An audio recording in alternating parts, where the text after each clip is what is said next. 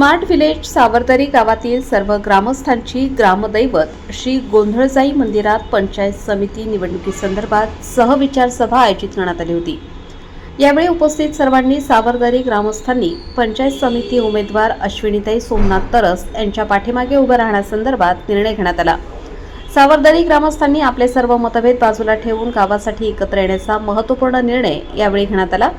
केवळ निवडणूकच नाही तर गावच्या हितासाठी जे निर्णय घ्यायचे असतील त्यासाठी आपण सर्वांनी भविष्यात देखील एकत्र काम करायला हवेत असे विचार यावेळी सर्व कार्यकर्त्यांनी व्यक्त केले।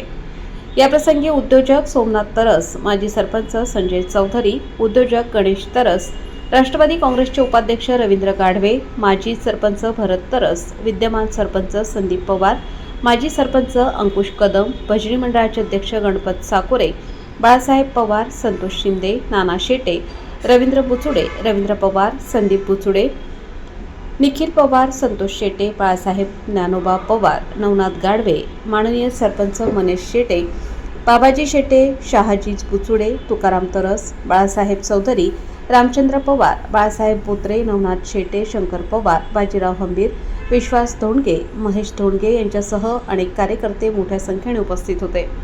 आपल्या परिसरातील बातम्या पाहण्यासाठी चॅनलला सबस्क्राइब करा, व्हिडिओला लाईक करा आणि बेल आयकॉन दाबायला विसरू नका।